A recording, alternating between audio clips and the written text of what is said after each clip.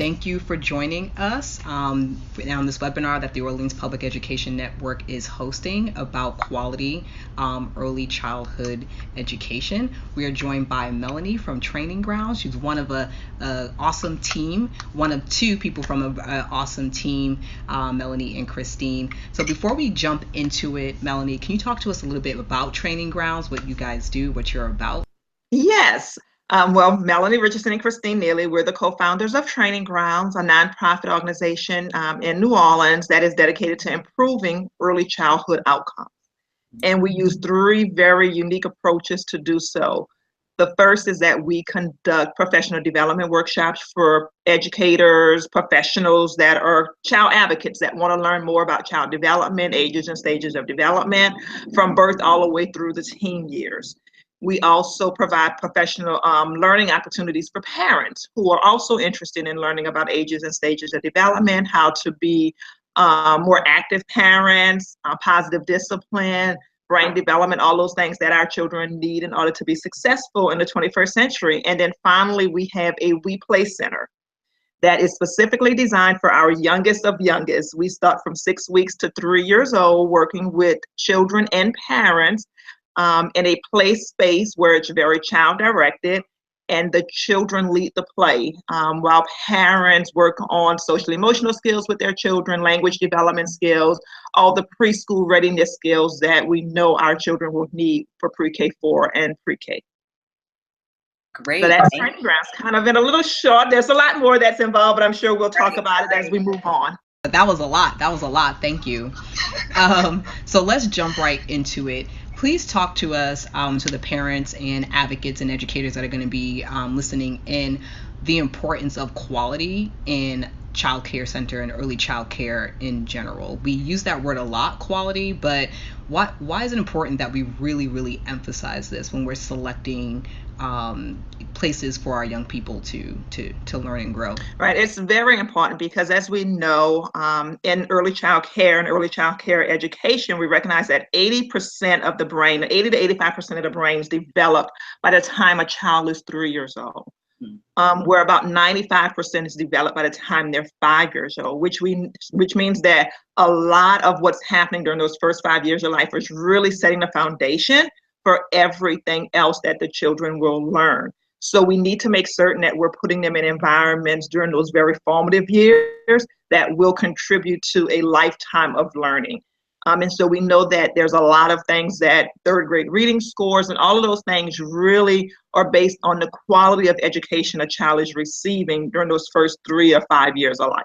Right. So it's really important for parents to be very intentional about where they place their child from, you said 6 weeks to 5 years. But one of the things that stupefies parents, it can be overwhelming for parents, even educators and advocates, is identifying quality. So how do you choose a quality child care facility? Right. And, this one really kind of is always interesting to me because we have so many definitions, as you mentioned earlier, how we define quality.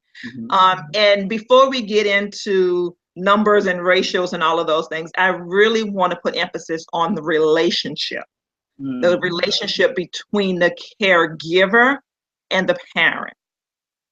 It has to be one that really focuses on two-way communication. So regardless of what the ratios are, regardless of what class scores are, you want an environment where the individuals that are going to be caring for your children genuinely care about your child, and they want to communicate with you on a regular basis about what's happening, that they're as excited and enthused about what progress your child is making as you would be. And so it's always a struggle when we first start talking about quality, because I really want to focus that regardless of what the ratios are, regardless of what the class scores are, if you don't have that connection and that relationship with the caregivers, it's going to make for a very challenging experience for both the child and the parent. So now that we have that part out, we can kind of talk a little bit about how we define quality in early child care education and care. You want a highly qualified staff, individuals that are trained in early child development, and understand ages and stages of development and what's expected. And individuals that can share that with parents, because as you say, it's very overwhelming if you're not in this field to know what's appropriate and age appropriate types of behavior. You want small class sizes so that your child can receive that individualized attention. We know that children learn at a different pace and different rates. And so we want to make certain that the children are in an environment where their special needs can be addressed. High adult to child ratios as well is something to look for. All states have guidelines as to what that should look like. And you want to make certain when you're walking into a center that the center is actually adhering to those state guidelines and best practices as to what the adult child ratio would look like. A language rich environment, somewhere where we know that children need to hear many words on a daily basis to close the word gap and to make certain that they're getting that stimulation that will eventually lead to their own language development. So very rich in language. People are talking, whether they're using narrative talk or parallel talk. We want an environment where they can really focus on language. Age-appropriate curriculums, really where we're doing things that are age-appropriate for the child. Things that are going to challenge children but not have them frustrated. Things that are going to have them encouraged to try more difficult things, but things that won't weaken their spirit so much that they become extremely frustrated with the whole learning process and begin to give up quickly. So there needs to be a balance between success and challenge, and that will come with the right curriculum. And just stimulating materials. You want them to be stimulated. Creativity, learning through their play and imagination, and you want things that are going to stimulate their creativity and not necessarily dictate how they should play with items.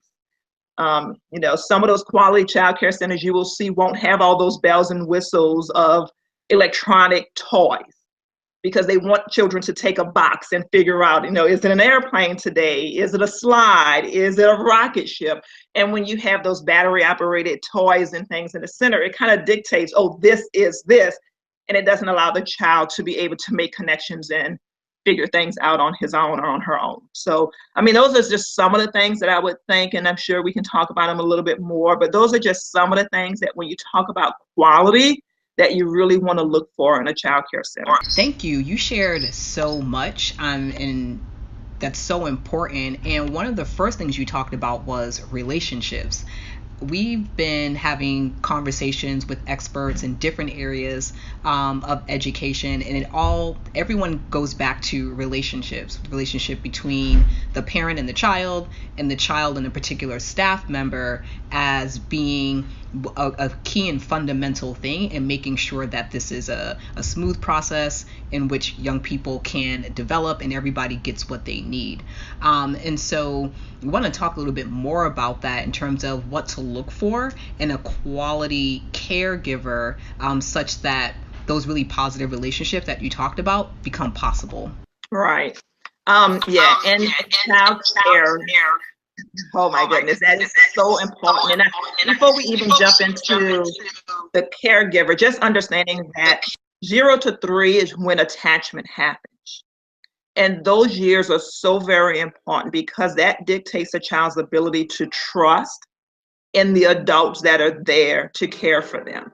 And if we don't put them in environments where they truly are going to know that their needs are going to be met, then we will have trust issues and concerns further down. That's why everyone goes back to those early relationships with parents, caregivers, grandparents, or the school providers as well. So just wanted to mention that as an important part of why attachments relationships are so important during those first 3 years of life. As far as looking for a caregiver, you want someone who knows your child, who's willing to take the time out to learn about your child, their likes and dislikes. What are things that will cause them stress and things that will bring joy to them as well. You want a caregiver who understands ages and stages of development. You want someone who is going to be nurturing, someone who's going to be loving, who is going to be attentive to your child's needs. especially during those first 3 years, because children can't always tell us using language what's wrong or what their needs are. And so you need a caregiver who's going to be attentive so that they can respond appropriately to those needs.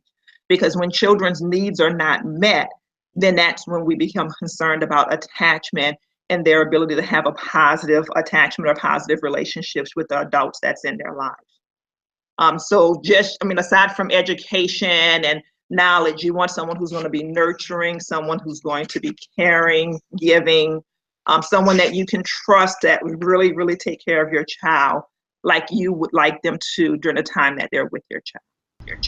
Right.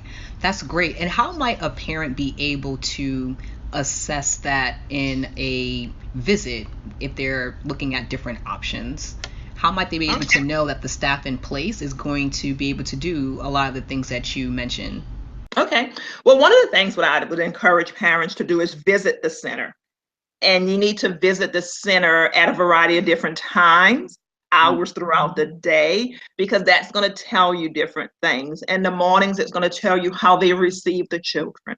Children who may be a little bit more reserved and may not just run into the classroom open arms. How is that teacher addressing that child's needs? How are they making them feel comfortable and safe in an environment where the child obviously is experiencing some stress, which is a little bit different than if you went at 10 o'clock in the morning and you're looking at how they're interacting with the child. Is the child in a bassinet the entire time? Is the child in a crib the entire time? Are they holding the children? Are they on the floor during tummy time and back time for your younger ones before they start crawling? That will let you know how attentive they are and their knowledge base and understanding what children need at different stages. Are the children left alone at any point in time? And the way that you can do, find that out is when you pop up and do visits, and you want to make certain that you're visiting a center that allows you to show up. I mean, if your child is there, you should have the option of being able to, especially during the younger years. As they get older, it may become a little bit disruptive because of lesson plans and things like that. But during the younger years, you should be able to walk into a setting and be able to spend time with your child in that particular setting without having to make appointments. Because that too will tell you a lot about what's happening. When you know I'm coming, then I expect you to be on your best behavior. When I just kind of show up and pop up, I normally will see what I see. And what is probably normally going on around that time. And even during pickup, are children not wanting to leave? Maybe the children are so engaged in activities that they're content with being at the center. Are they wanting to bring their parents to show them what they've done at the center, what they're doing, what they're working on with the toddlers, the 2 and 3 year olds? So really there's ways of just visiting, talking. Finding out, are they sharing information with parents as parents are coming to pick up their children, or are they just kind of having them sign the sign out sheet and go about their day? And that tells you a lot about how engaged the parents are with the educators, which is what we led off with, is that relationship, their willingness to share with you what your child has learned and gone through and how your child developed throughout that day. Right. And so what types of questions should one be asking about licensing? Like, how do we take all of the information that you just shared with us and then turn it into a conversation around, do you have the necessary credentials, whether it's your actual center or staff credentials, that lets parents know, okay, this place they're on top of it and they know what's going on? All right. And what I want parents to realize is that you should be asking questions, and you should not only be asking questions when it comes down to early childhood, but all throughout your child's education. There should be a list of questions. So we're going to focus on early childhood, but I just wanted to put that out there, that it doesn't end just when your child starts kindergarten at 5 years old. But the kinds of questions that you want to ask when you're talking about license and standards is, do you have the highest license? Are you the highest class childcare facility that is possible in the state of Louisiana or wherever you might be living? And each state is going to have different standards and the different levels. What are you doing as far as certification? Are you recognized by any of the national organizations? Because if you are, then that means every 3 years, every 5 years, or every so many years, you're going to have to prove that you're meeting their standards to continue to receive their certification and accreditation. So you want to ask them about that as well. You want to ask about the education levels of the staff, the years of experience of the staff. You want to talk about professional development. What are they doing to make certain that their staff is constantly aware of best practices and what is current research of what we're doing with children and what we know works best for children in certain environments. So those are just a couple of the basics that we could start off with. In the state of Louisiana, some of our child care centers have a class score. And so just, getting more information about class and what that type of observation and what the scores mean for different centers. But just be mindful that that's one part of quality, that we can't forget all the other steps and things that are involved in a quality center as well. Absolutely. That makes a lot of sense. And so, parents, they will visit a couple of different places. They'll ask all the right questions. Then it's going to get down to making a decision. What do you think are some of the key things that parents should be thinking about when they're making a decision now in terms of where to place their child? Right. There's some basic guidelines. We want a facility. You want a safe facility. You want a clean facility. And we want somewhere where you feel that your child will be able to flourish and learn and grow. Staff, make certain that you know about the staff, that you talk to other parents about their experiences with the staff, that you talk to other teachers about how they work with transitioning, because your 6-month-old will transition to another group. So you want to make certain that you're checking that out as well. Are there routines? What are the schedules? They should be able to let you know what the schedules are as well. And then your feelings. I think that as parents, we can't negate what our gut tells us about an environment when we walk into it with our child. As a parent myself, there's been places that I've walked in and just off the initial feeling I felt when I walked into the center, whether it was the way I was greeted or the way that I saw the other children or the number of children I saw all sitting around with runny noses. There were different things that just kind of made me want to ask more questions, not necessarily write it off, but to ask more questions about what's going on. How is this handled? Who's responsible for what? You want to talk about the nutrition and what they're feeding them. Are they following the state guidelines and federal guidelines for meals and things like that as well? So I would definitely say that, there's a checklist, and really there are several different. The American Academy of Pediatrics has a checklist that parents can go online and print off the checklist and take with them from center to center. Rate the different centers. To really get a feel for what's really important to you as a parent. One of the things that we talk about often in students in K through 12 settings is the student's learning style. And we ask that teachers, educators be aware of the different learning styles, and then also be aware of who's in their classroom so that they can make adjustments as necessary so that they're reaching everyone in the classroom. We don't hear too much about that with the young ones, but I imagine that the babies also have, different styles as well. So can you talk a little bit more about that in terms of matching your toddler or infant style to the right child care setting? Right. We all are born with a temperament. We all have a certain temperament, and there are 9 different temperament styles that we talk about when we're talking with parents and professionals, and children are born with them.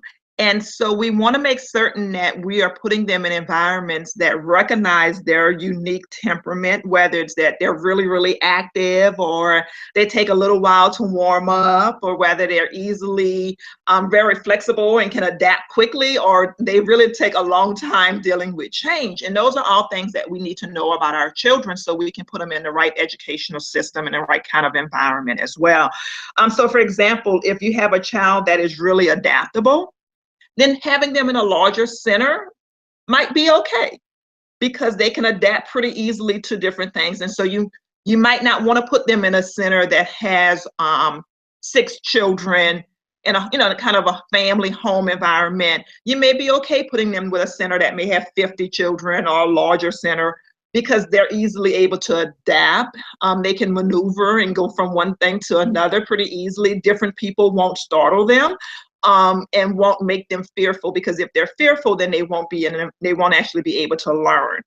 And so just kind of realizing, so large group settings, providing social interactions for those children. If you know that your child is a very flexible, adaptable, social person, then you want them in an environment where there's going to be encouraging group kinds of activities and group play and the ability to interact with their peers on a regular basis. Age appropriate types of activities. Whereas if you have someone that is really curious and thoughtful, then you want an environment that has items in the center where they can explore.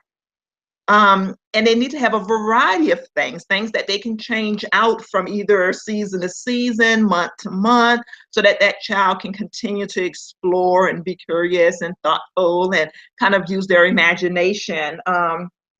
So if you have a child that's cautious, then maybe you might be more interested in a smaller setting where there are fewer children and fewer adults, that they're not having to adjust and change to the environment on a daily basis. It's pretty set, scheduled routine. They know what they're going to do.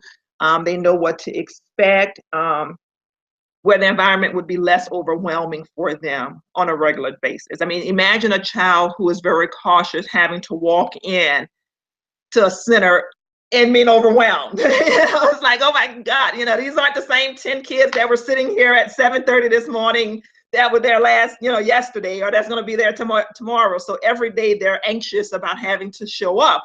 So maybe having them in a setting where they go right into their classroom or their teacher is at the door greeting them might be better for that particular child. So really just learning about their style, their temperament, what's best for them, what makes them feel comfortable. Because remember, 0 to 3 is a lot about children being able to trust that their needs are going to be taken care of and that they feel extremely safe. So for kind of a feisty, passionate kind of child, programs where children may have a primary caregiver, because they need to know consistency. And if they're really people oriented and connected, then that child may want to know that I can depend on the same person every day, which is a little bit different than that adaptable child. It's like, okay, just give me a caregiver that cares about me, then I'm good to go. Whereas you may have another child that may be a little bit more passionate, or more intense with his or her feelings, that need to know that Miss Jamie is going to be there every day. And I can depend on Miss Jamie being there every single day and not having to rotate out with caregivers. Programs where the child has someone who knows and understands their needs, for that feisty child and that passionate child, because their emotions are going to be very strong. And 2-year-olds have very strong emotions anyway. So if you have a child whose emotions are exaggerated, then you want someone who understands that, because they're going to be able to interact with them in a way that is going to help them express their feelings and thoughts and not have their feelings and thoughts used against them. So I hope that kind of helps with a little bit, because we don't spend a lot of time on talking about temperament and learning styles. And not so much learning styles with this group, but their overall temperament and overall kind of, I guess we would say, affect and just the way that they present. So definitely pay attention to that as well. Back to it. So I really appreciate you breaking down all of the different ways that young people show up, and how that can be matched with different childcare settings. Because again, we don't talk that much about it, but all of these things are really important. And you mentioned a couple of things that make me think about what value opens in terms of parents being a child's first educator.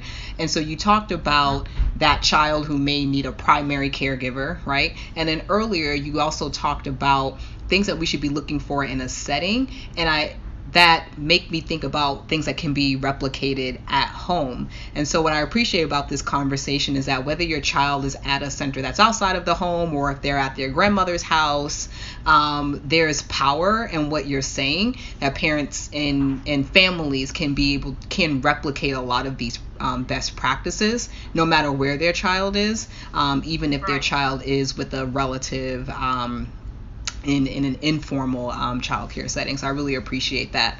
And you also talked a lot about resources and where parents can get different tools to help them make these decisions and know what's going on with their child's early education. So where can people get more information? Where are your go-to places for quality information? So American Academy of Pediatrics is one wonderful resource.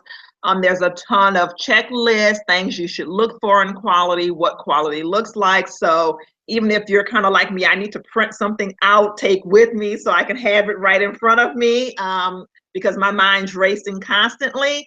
You can definitely go to that website, 0 to 3. Their website, they have a lot of information there as well. As to what to look for. And there's a brochure on 0 to 3 that talks about matching your infant's and toddler's style. So it could give you a little bit more, especially if you want to learn more about that. And that, I would say, starting at 0 to 3 and looking at that brochure would be a wonderful place to start.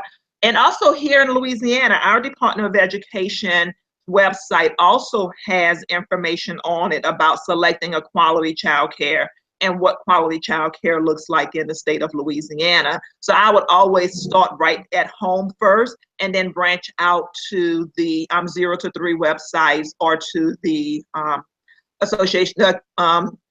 Academy of Pediatrics website as well. Right. And I also know that the Department of Education in Louisiana has resources on kindergarten readiness. So there's a way to backtrack, think of the, keeping the end in mind and kind of backtrack and thinking, is this center or setting that I'm placing my child in preparing my child adequately or exceptionally for kindergarten, because that's the start of a whole other educational experience. We want to make sure that our babies are being prepared for it as they're coming up. So I really, really appreciate your time and sharing all of this with us. For those of you tuning in, we will have a lot of the links and locations of where this information is to make it easy for parents. And we definitely highly encourage families with very young ones to check out Training Grounds and enroll your child and see, all things that you shared, it's coming from a place of really understanding and valuing children. And I think that is the core of what we want any setting to have. So we highly encourage people to check out Training Grounds and sign up for classes and to seek you two out for more information. So thank you very much, Melanie. I really appreciate your time here today.